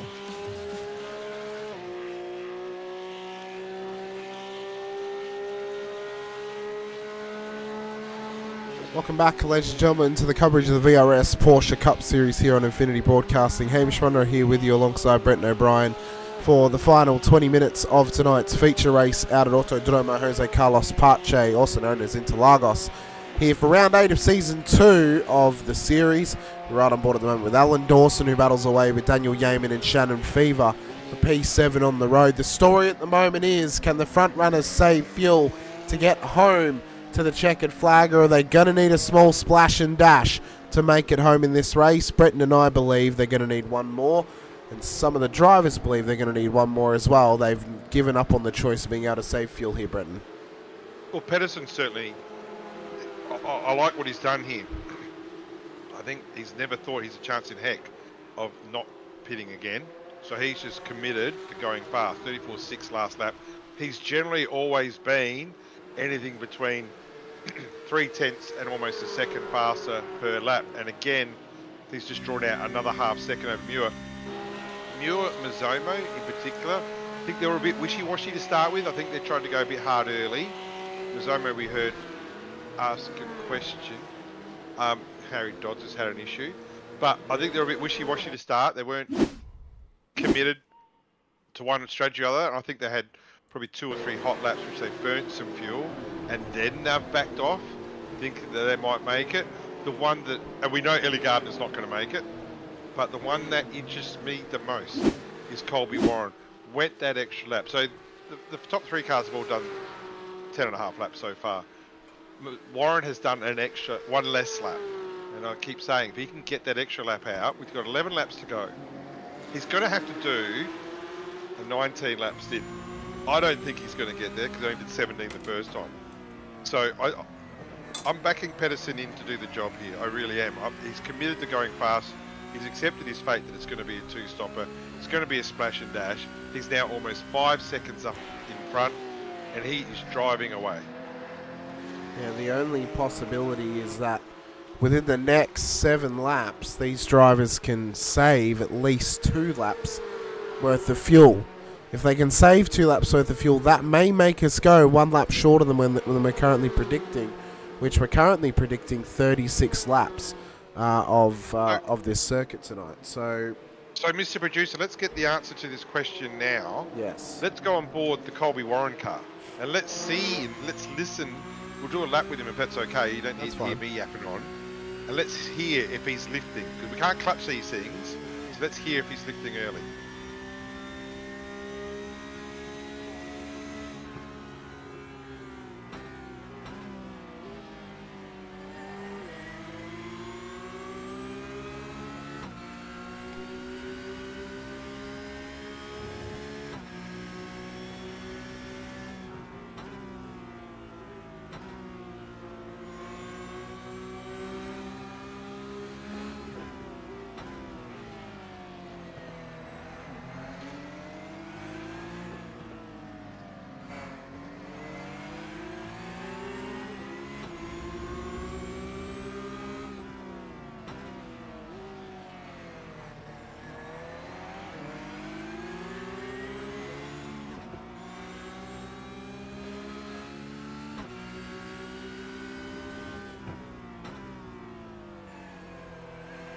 So is they exit 12 there? Well, the answer is no. It doesn't sound like fuel saving to me. No, the only time you could probably think that he was off power was at 11. But for the rest of the lap, no, I don't think he's... I don't think he's overly lifting early. I think he's just anticipating the cars ahead of him. So it's a heavy lift into one, just saying, because I've stayed on board. It's a heavy lift into turn 1. It was a heavy lift into turn 1. But I don't think it's enough to do the job. So at the moment, they're doing 35 ones, yeah? Ellie Gardner, sorry, Stephen Lawrence comes in for a second stop. So at the moment, they're doing 35 ones, 35 twos in the case. Yeah, again, heavy off power into turn 4 there by Colby. But his last lap could be, if he comes out, if he stays out, and he's 12 seconds ahead of Pedersen by the time they clear their pits, his last lap could be a 1 minute 47 and he's going to win the race. Yeah. So it's a big drop though. It's a big drop. It's whether if he's leading, it's whether they get the white flag with more than 1 minute and 35 seconds to go. That's a great point as well. If they have 1 minute 37 and they don't get the white flag, and he does a 1 minute 37 lap time and it should be checkered, he'll get the white flag and they'll still have to do the extra lap. So yeah, but he might be in a position he can control that as well. You know, very true. I don't know what program he's running, but keep half an eye on the stopwatch. Yeah, as he exits turn 12, and there's say 10 seconds to go before the next lap should start, you know, like 1 minute 40 to go or whatever, I mean, why can't he back off a little bit, drop a couple of seconds so he has to do one less lap? I don't think enough drivers actually think of that. I know it's happened a few times in a couple of Bathurst 1000s in the sim world where we've made that call, but it's sort of, Bathurst 12 hour, not Bathurst 1000, because it's 161 laps no matter what you do, but certainly the Bathurst 12 hour, that's certainly happened before, where we've deliberately dropped off pace to do one less lap. Colby's starting to think about making a move here at the moment. Yeah, he wants to make the move as soon as possible. Just for them as well. For this that has got pit stop written all over it. It does. The pit stops are going to have to happen for these guys now, and it's whenever they decide that they need to push on to make that stop. For Colby Warren, does he go as long as possible and just hope and pray that you can make it? Well, only time will tell. Jared McLeod, car 57, getting a 15-second post-race penalty for that contact with Harry Dodds down at turn 9 and 10, where he was up on the curb and spun him round into the wall. So he did attempt to redress. Yeah, first penalty. It's our first and only penalty of the whole race. He did attempt to redress it, but unfortunately Harry took too long to get going again. So that's why they gave him a time penalty instead of a drive-through. So it eases the pain just a little bit for Dodsey there. Yeah. So right now, these three are thinking, should have gone harder, should have stayed with Pedersen, because Pedersen's gone, he's off in the distance. Yeah, the last few laps we're talking about half a second, up to 8-9 tenths of a second difference. Now it's down to less than 2 tenths of a second difference, because these three have realised they're not going to make it. So they didn't make that commitment early. Like I said, they were a bit wishy-washy when they come out. They didn't make full commitment to saving fuel, and they're paying they're not paying the price. They've paid the price. Pedersen's done a magnificent job, fully committed, knew what he wanted to do, knew what he could do, was realistic about the expectations. Now these three are racing and just going to keep losing time. Yep, Ellie Gardner predicted to exit pit lane just in behind Stefan Lawrence and possibly Craig Schultz as they come round the first couple of corners. She's definitely lost out to Lawrence. Is she going to lose out to Schultz too? No, she's not. Just enough gap between them. So when do the race leaders come in now, Brenton? Like, when does Pedersen come in, do we think? How long does he stay out there? And how long does he push this out before having to commit to the pit stop? You come in at the absolute last minute. You come in as late as you can, because what if there's a safety car right now? That's true. It changes everything. So there's absolutely no point in pitting until that fuel tank says you've got half a lap left. So you just hang on and hang on and hang on. And again, the cars are running lighter. They should be getting faster. Why disadvantage yourself by throwing a bit of weight in it? There's Very true. As we run on board with him up towards turn 1, the 669. Mazomo's into pit lane. Ooh. Now, is he in the pit lane because he's being held up by Muir? Maybe. There was times that he looked like he was making a move. Or is he in the pit lane because he's the first to run out of fuel and Muir was saving significantly. It's going to be a short dash, splash and dash. It'll be already stationary for 7.5 seconds. Yeah. So, yeah, 7.5 seconds stationary. Quick stop. Actually, a little bit longer than I thought. Gardner had a much longer stop. Hers was about 11 seconds. So maybe she actually took slightly less than the first stop and then gave that back here. Absolutely could have. Absolutely could have. And if that's the case, there's nothing wrong with doing that. There's nothing wrong with doing that at all. And if, like we said, Ellie's mistake was pitting so early. But now, look how quickly Colby is on the back of Muir here. Yep. Has not taken any time at all to make that 5 car lengths and is already right there. Interested to see whether Pedersen pits this lap. One would probably think finish up his 16th lap. So I would think yes, it's going to do a stop. I would think also Muir, yes, will be doing a stop this lap. That will release Warren to do 1, maybe 2 more laps. There's 9 more minutes to go. There's 6 more laps to go. Colby Warren is not going to make it. No. Without that safety car, it is dead in the water, that attempt. Pedersen is into pit lane. What about Sam Muir? Does he come in this time by? He does indeed. Warren is staying out for another one. So where does Mazomo end up in comparison to Sam Muir?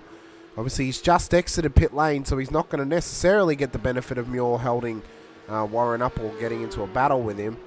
But we may see Mez be able to jump him here as he comes up towards the start-finish line. So Pedersen, well, he's taken extra fuel. He's taken long fuel from Pedersen. 13 seconds. Pedersen's thrown it away again. Did it again. I don't know. Yeah. 17 seconds. He's just filled the car. Cooked it. Absolutely cooked the race. Yeah, that's, we said he did the same at Winton and, well, yeah, it's hard to come up with excuses there. Look, so right now, Warren needs to be pushing harder than an Egyptian pushing a rock up a pyramid. Yep. So he should be pushing as hard as he can to try and get this lead whilst his tank's light. We know that Muir's come out in front of Mazomo, but that's just situation normal. No gains, no losses there. Warren has the opportunity to pass all 3 of them with a good stop here and needs a little bit less fuel because he's gone 1 lap longer. Yep. So this could work to the benefit of Colby Warren. Ben Pedersen has just thrown away another win by filling the tank and not calculating how much fuel he'd need to get home. Yeah, it doesn't make a lot of sense, not going to lie. No. Let's see if Warren does another lap. Yep, Yeah, can he do is. another lap. Yep. Yep, well, this is what we said. He went the extra lap in the first stint, saved enough fuel in this stint behind the other 2 that we thought he could do another extra lap. Yep. He will be pitting this lap. There will be 4 laps to go. He will need minimal fuel. Yeah, he was also not again too. Who went the so, same strategy as Warren. So Muir is now 19 and a half seconds even behind. That's actually stayed pretty static. I think it was out to about 19.2 upon pit exit. So Warren's drawn out 0.2 of a second. How important that 0.2 of a second going to be? And there's still a little bit of this lap to go. It's now back to, I've got a really good eye on this down to the 100th of a second, and it's staying quite static at the moment. So Muir's doing a pretty good job here. Dropped a bit of time around there, turn 4. But it's right neck and neck. This is going to be very, very close. Warren needs to be very aggressive on pit entry, really aggressive on pit exit. It's a long pit exit lane here. Needs to be very aggressive and probably get his nose in front. Yeah, he's got to try and push as hard as possible up into pit lane and out of pit lane as well. As he traverses turn 12, is it an in-lap for Warren or is he somehow... Has to be. Has to be. I mean, there's no possible way he's found another extra lap out of this tank of fuel. As he runs it up towards the start-finish line of the pit entry, he doesn't need one. He's into pit lane. So aggressive here, good entry, down to the pit limit. Good entry indeed. Now, not forgetting, he can take 2 less laps of fuel. So what's fuel burns? What 3.2 around here? Was it? I think I heard. I think so. Yes. He can take 6 liters less. 6 liters less of fuel, and he's right at the very front of the he ran out of fuel, and he's away already. Yep. So okay, so that is a ridiculously quick stop. Actually no, I'm not going to tell a lie. So Oh, 7.6 stationary. He's It's going to dropped. be really close. It's here. so Yeah. close. Yeah, Muir's got the job done here. Muir's decided to go. He's going to come out P2 just. He's going to hold that at turn 4. Or is Mazomo going to hang around the outside? Job kind of done Yeah. for Colby Warren there. He What this somehow does, though, held on. more importantly than anything else that's happened in this race, is that Muir now has a car in between him and Mazomo Yep. with only a couple laps to go. That's 8 points. It'll extend the lead of the championship out to 20 points between them. As Jared McLeod has just had an incident in the background. Let's have a quick look at what's happened on board the Lifeline entry. It's down at turn 12. It's come through. I'm just going to assume it's a self-inflicted spin. It is. Ran it wide into the grass and round she goes. Stayed on it too. Yep. Yeah, didn't recognise that there was a problem about to happen. Stayed on it. The left side's got traction. The right side's got no traction. It's only going to go in one direction, that car. Just under 4 minutes left to run in this race now, so probably 3 laps to go across the piece. Really surprising that the Warren stop was only 0.2 of a second quicker than the Muir stop. Really surprised with that. These guys must have the same amount of fuel in the car right now. They shouldn't have. Well, they should have the same amount of fuel in the car, but they shouldn't have, because Warren should have taken less fuel there. So interested when you do your interviews after the race, if this is the top 3 and we expect them to be, interested to see how much fuel Warren took in there, because I think he took too much. Yeah, he only needed a couple laps worth. Or did Muir not take enough? Well, that's also... and maybe he wants to save it to the end. Maybe he wants to try... Although he wouldn't have pushed so hard to take position, but that may have been the strategy of... Well, you get track positions key. Yeah, true. And then the woe is me story again. Ben Pedersen was in the pit lane 10 seconds longer, like 17.2 stationary. But he's only 3 seconds off the lead. So, Benjamin, you need someone to spot for you, and you need them to take control of your pit stops, because it's at least a couple of times now you've been let down. That's a bit of a battle on here too. Yeah, Lawrence and Gardner getting door to door up through turn 7 and in towards turn 8. The 7 car of Gardner just takes position now over the right Sim Sports entry. That's a good overtake there from Ellis. Yeah, Did well. good job indeed. Has been consistently fast tonight. Yeah. Has been consistently fast. Yeah, I think just gave it up by strategizing to undercut when she wasn't taking tyres. That's probably the other thing that really lost her anything in this race. And I think if she watches this back and she's now learnt that you can't undercut if you don't take tyres, that she may then change her strategy going forward, and then that may actually change how well she's doing in these races and may actually then be a benefit for her. She's only going to learn that if she watches the broadcast, which hopefully later on you do. Good job tonight, Ellie. Little mistakes, you'll clear them up. I've got no doubt about that. I think also by the end of tonight, we can say thanks and good luck and well done to Alan Dawson. You're not going to win the championship. You were P3. P9 in this race is not the expectation of someone who wants to take the title. And he might be might not be thinking title, but he's he's well off pace. He's 22 seconds off the lead from the championship leader and the championship second place. So you would think, unless there's some significant dramas in the last 2 races, we're going to have some Piastri and Norris moments for the last couple of rounds. Yeah, I don't see Alan challenging for the title. Maybe P3 in the championship, maybe. But yeah, top 2 positions, I don't think so, unfortunately, for Alan. For Sam and Simon, well, it's getting down to... It's a very similar scenario to last season of Simon Mazzomo and Corey Lazarus. So 2 drivers. We're about to be the last lap as well. Yeah, we Next should lap, be the white last flag. round. So it should be white flag and we head up to the line. So does Muir want to defend here and get dirty? Or does he want to beat Mazzomo? We'll see, he's going for the inside line, trying to hold off against Colby Warren into turn 1.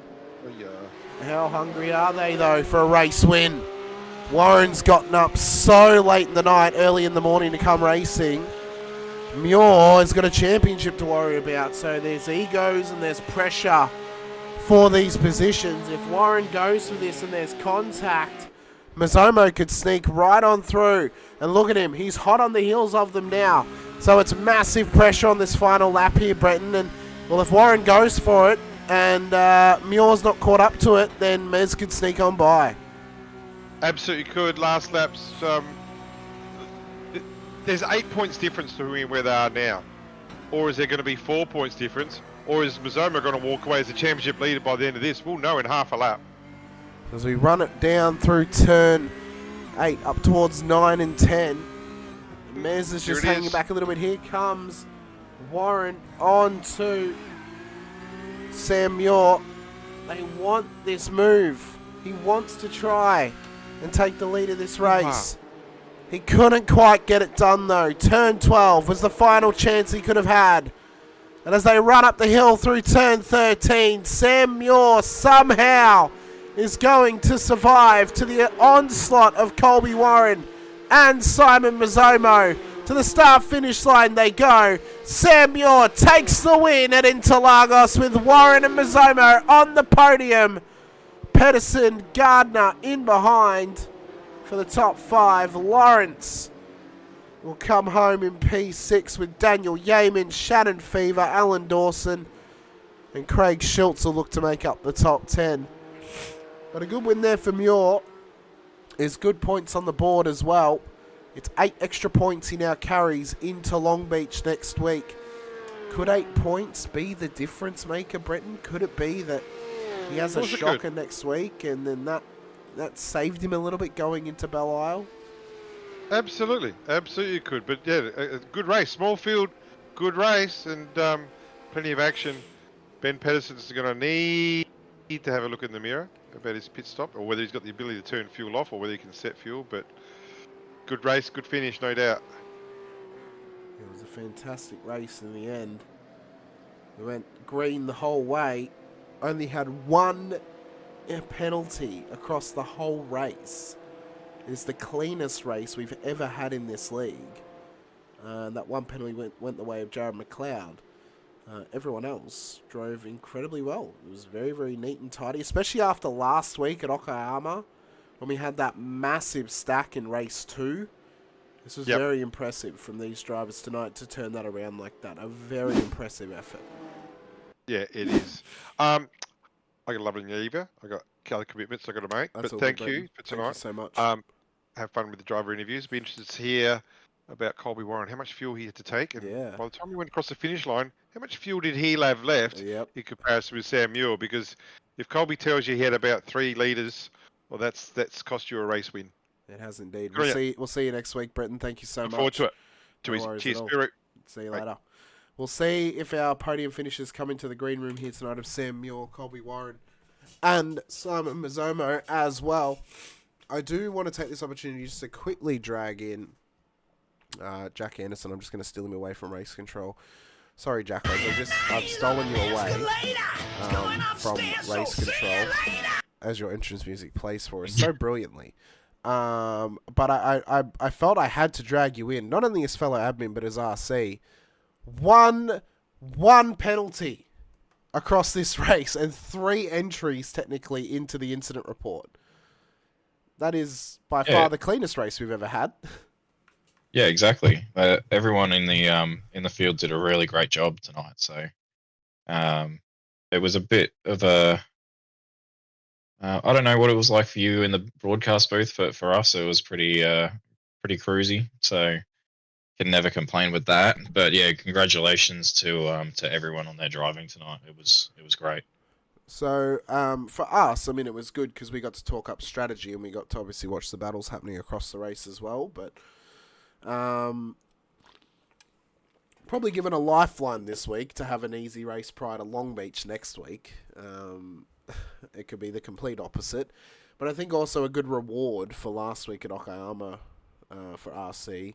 after the mammoth incident we had in race 2. But no, very, very clean, and I'm very impressed by the drivers actually this week, and big ups to them. Yeah, exactly. Big ups to them. All right. Well, big ups to you, Jackos. Big ups to RC, and big ups to Paul Taskin as well. We'll chat to you post-race or post interviews. Big thanks there to Jackos just to let me drag him in. We're going to start tonight's proceedings by having a quick chat to P3 on the road, P2 in the championship, and the defending champion, Simon Mazzomo. Mez, a solid race from yourself there. P3 in the end. Gave up 8 points to Sam prior to Long Beach next week. That gap's now out to about 20 points. But another podium to boot for you as well. It's almost feeling very similar to last season between you and Lazarus heading into these final 2 rounds. Or you and Harris as well. Are you feeling confident this time around, though? Or are you hopeful that maybe a mistake next week for Sam or in the last round is going to save you in the end? Or do you finally have some belief that you could maybe pull this out again?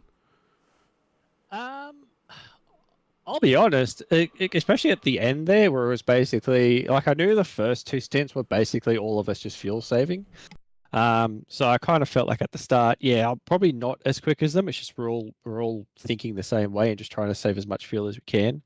But that last stint, which was basically just a straight shootout from all 3 of us, and the fact I was able to get in there and actually have a bit of a fight, I think I'm feeling a bit better. I feel like maybe I might have the pace to take it to Sam, but yeah, wait and see. This track is just, I don't know. I love this place.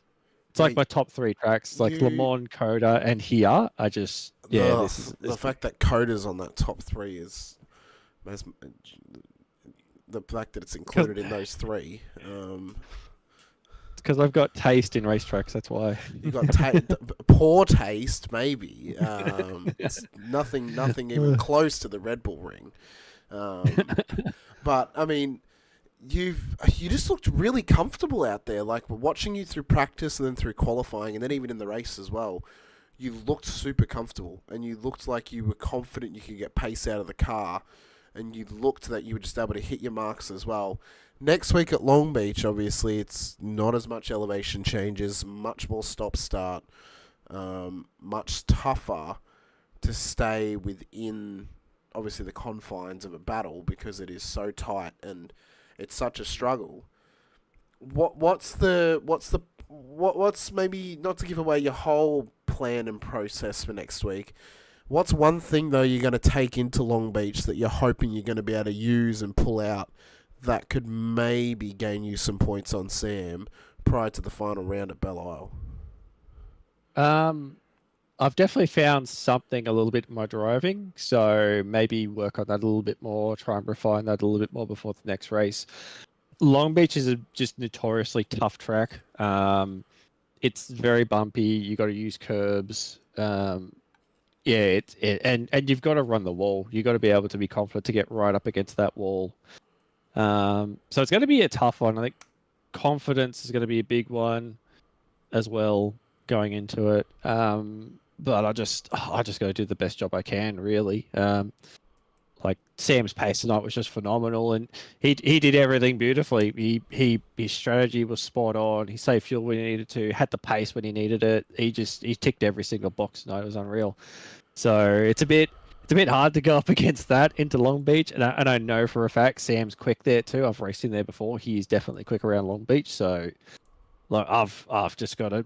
Tonight I took it to him, and I've just got to try and do the same thing again. And just, yeah, you never know what will happen. I may come out the other side with a bunch of points, may not. We'll just have to have a crack at it and see what happens. Well, it's Scott Rankin may preemptively turn over in his future grave if you win 2 championships in a row.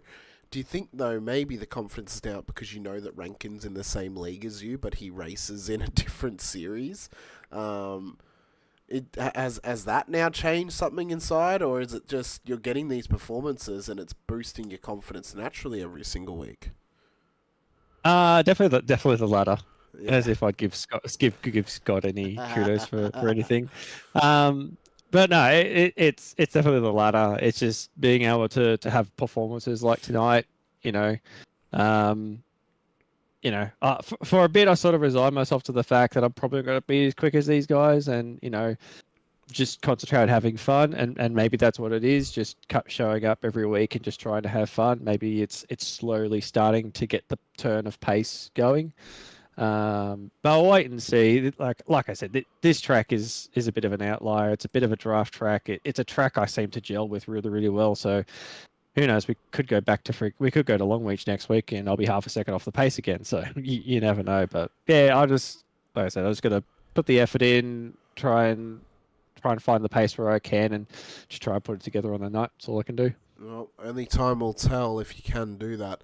A phenomenal effort from you, though, Mez. Great points on the board, another podium as well, and you only gave up 8 points in the end to Sam, so that's a hell of a result for you.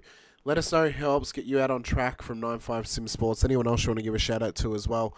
For myself and Brenton and the rest of the league, congratulations on your P3 here at Interlagos this evening. Yeah, big shout out to Craig and the team as always. Craig's in there tonight with me. Our sponsors, Racecraft, RSW Graphics, Track School Track Days, Racing Ears. Shout out to Corey Lazarus spamming my chat tonight while I was streaming with useful information. Where is Lazarus? Get on track, Lazarus. I know. Why is he in my chat, not on track? Exactly. But yeah, cheers for supporting that, and yeah, cheers again for you guys for putting on a awesome meet. Well, Schultz, he's already signed up for next season. He was the first to sign up.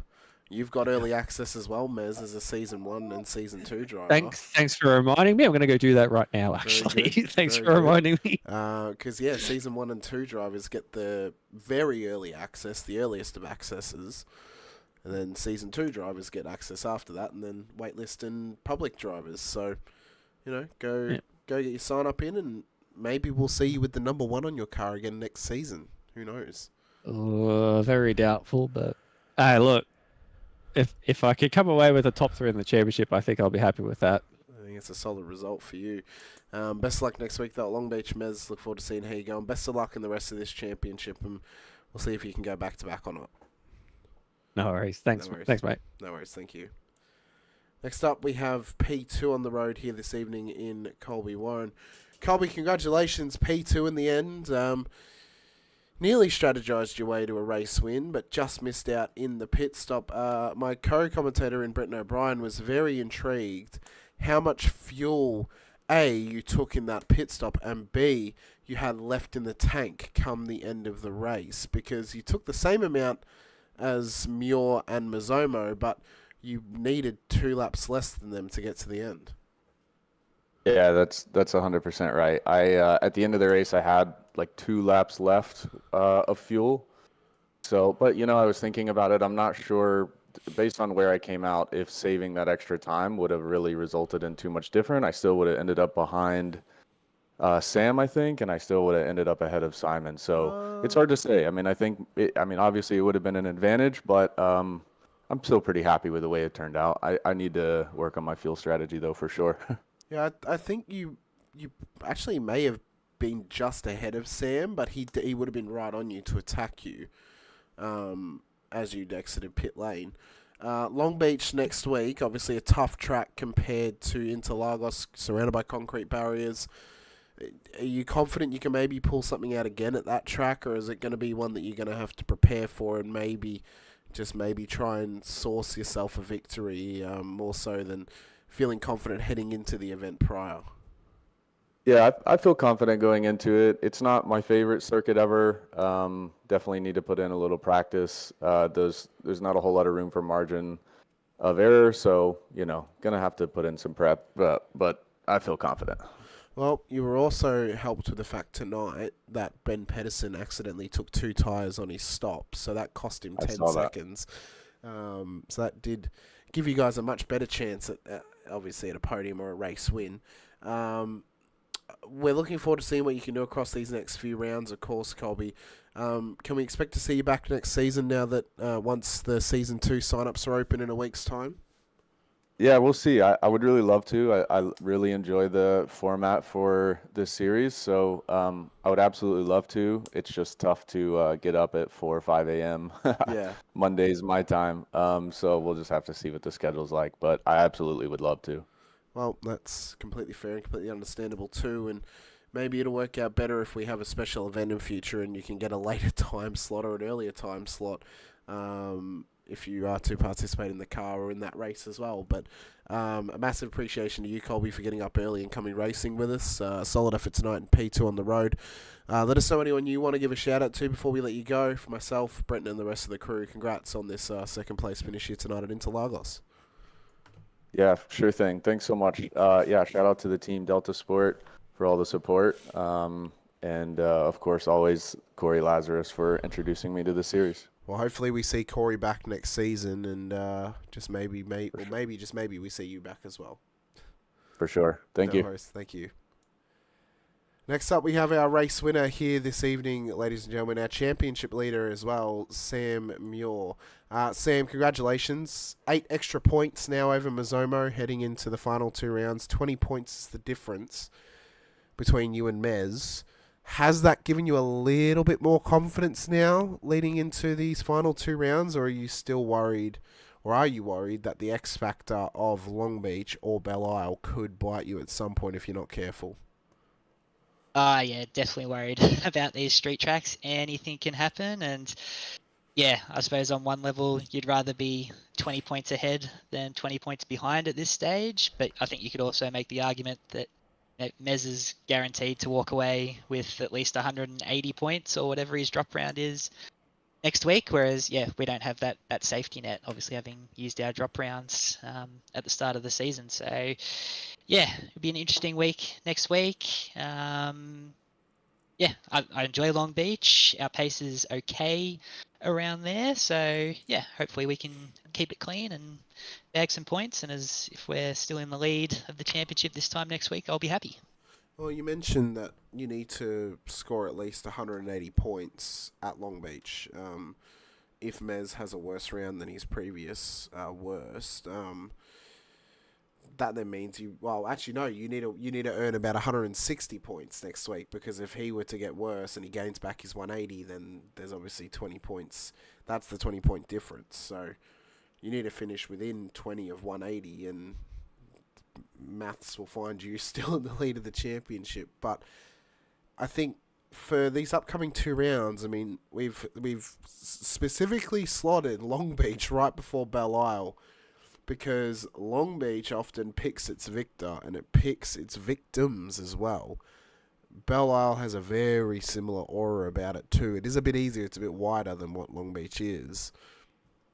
And with Belle Isle being undroppable and 120 on offer, 120 points on offer for both wins at Belle Isle, do you think now it's going to be, if you can maximise on points next week and you head into Belle Isle the week after, you're going to try and slot yourself in a position where you may only need to finish within only a few positions of Mez and not necessarily beat him to win the championship out at Detroit? Yeah, that'd be nice. We've been in sort of these positions before in other leagues where we've either been leading or in with a chance to win coming into the last couple of rounds. So yeah, we'll just lean on that experience a little bit. One of the things I've learned is just to keep, focusing on yourself. If you start focusing too much on what the other guys are doing and sort of aiming for worst case scenarios, then the worst case scenarios are going to unfold. So it's best just to try and keep it out the back of your mind. Obviously be conscious of it, and know all the maths and crunch all your numbers and that sort of stuff, just in case, you are chasing your tail a little bit. But yeah, it'll just be sort of business as usual, head down, try and qualify as best that we can. Quality will be super important these final 2 rounds. Obviously we didn't do too well on that front tonight. So yeah, that'll be something we have to fix up for next week. But yeah, just try and keep it clean, keep it at the front, and maximise as many points as we can while minimising the risk. And stay away from penalties as well. Very easily to either get a points penalty, a license points penalty, where if you accrue 4 of them, then that's a championship points penalty, or even a drive-through as well if you're out on track and you cop one too. But Sam, a fantastic effort thus far this season. You lead this championship at the moment by 20 points over Simon Mazomo. We look forward to seeing what you can do, though, in these final 2 rounds and how you can bring the challenge to him. But let us know who helps you out on track. Anyone you want to give a shout-out to as well. For myself, Brenton, and the rest of the league, congratulations on your race win here tonight out at Interlagos and taking home the maximum 240 points. Cheers, Ham. Yeah, shout out to Simon and Colby for the race tonight, and Benny. It was awesome racing at the front, very sweaty after the full 60 minutes there, and an awesome finish. So yeah, shout out to those guys for a clean, fun race, and shout out to the league as well. You guys are doing an awesome job.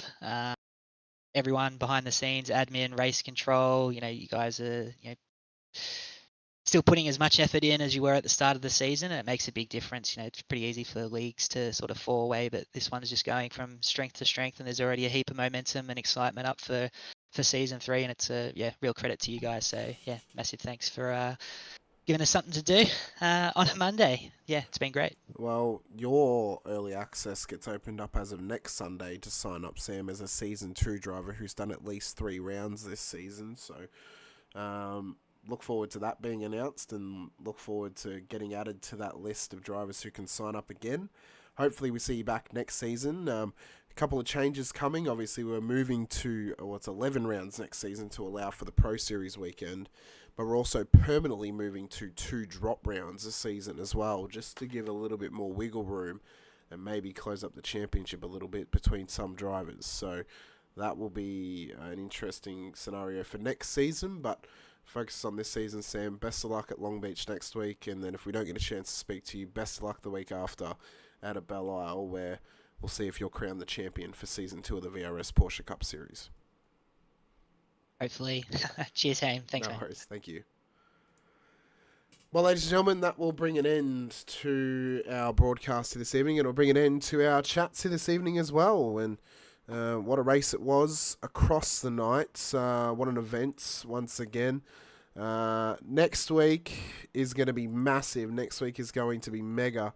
We go racing out at Long Beach, California for concrete jungle action in our final sprint round of the season. 20-minute heat and a 40-minute feature with a reverse top 10 is on offer for you out on the streets of California next week, so you guys do not want to miss it. Coming up for the rest of this week, as I mentioned, Friday night, 8 p.m. Australian Eastern Standard Time, we go racing with the IRWC Rod Knock Cup out at Talladega Super Speedway, so that's going to be some massive action on offer for you. Sunday night, 8:30 p.m. Australian Eastern Standard Time, the Racecraft Simulations V8 Veterans Split 2 action for Season 24, Round 7 of the season at Circuito de Jerez for a wet race in supercars is going to be an amazing opportunity for those drivers with a mystery co-commentator, not Brett Fisher this week, or next week as well. It's a special co-commentator for the next few weeks alongside me, but I'm in Hamish Munro, who was joined by Brenton O'Brien earlier this evening for the VRS Porsche Cup Series. Massive appreciations to Brenton and to every driver out there who's been involved this season. We so appreciate the support and the time that those guys have put into it with us this season. If you've not joined the Discord yet, we'll be putting the link to the Discord in the descriptions going forward. Get in there. Sign-ups, public sign-ups for the Porsche Cup Series will go live in 2 weeks' time. This week that we're currently on, up until this coming Sunday, the Season 1 and 2 drivers who have done both seasons get their early access. As of Sunday, drivers who've done 3 races in Season 2 get the opportunity to sign up early. And then the Sunday after that, the public and the waitlist drivers get to sign up and get involved in the series as well. We go racing for Round 1 on the 22nd of September 2025 out Laguna Seca for the first round of the next series. GTE sign-ups will also be going live soon as well, so get in the Discord and check out for those, and sign-ups for Season 2 of the Rod Knock Cup as well will be going live very, very soon as well. We'll be going next-gen racing next season instead of ARCA racing next season as well. So I've been Hamish Munro Brenton O'Brien. Appreciate your time, appreciate your effort here, being here with us once again. Hit the like button, click the follow button if you're watching over on Twitch, subscribe and the bell icon too if you're watching over on YouTube, so you're notified whenever we go racing on the channel. Appreciate everyone joining me once again. I am incredibly ill. I'm going to go have a lozenge and have a drink, but I'm Hamish Munro. Thank you so much. We'll see you guys next time, but until then, stay safe, drive hard, and as always, bye for now.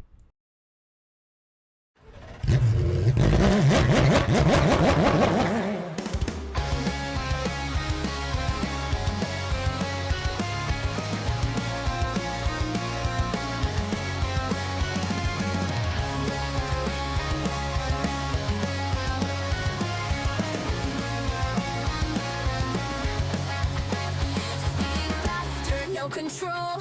Feel the thunder in my soul. Through the danger, through the pain, only one thing to do to get to victory lane. Taking risks, full send, and in the end, be the best. It's taking over, cannot contain the desire to get to victory lane.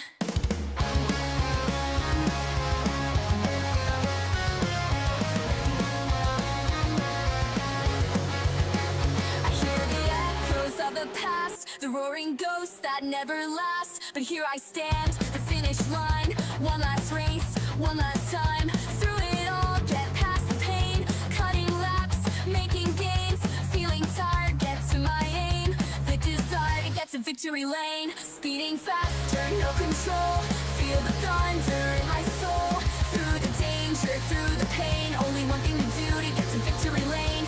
Taking risks, full send, and in the end, be the best. It's taking over, cannot contain the desire to get to victory lane.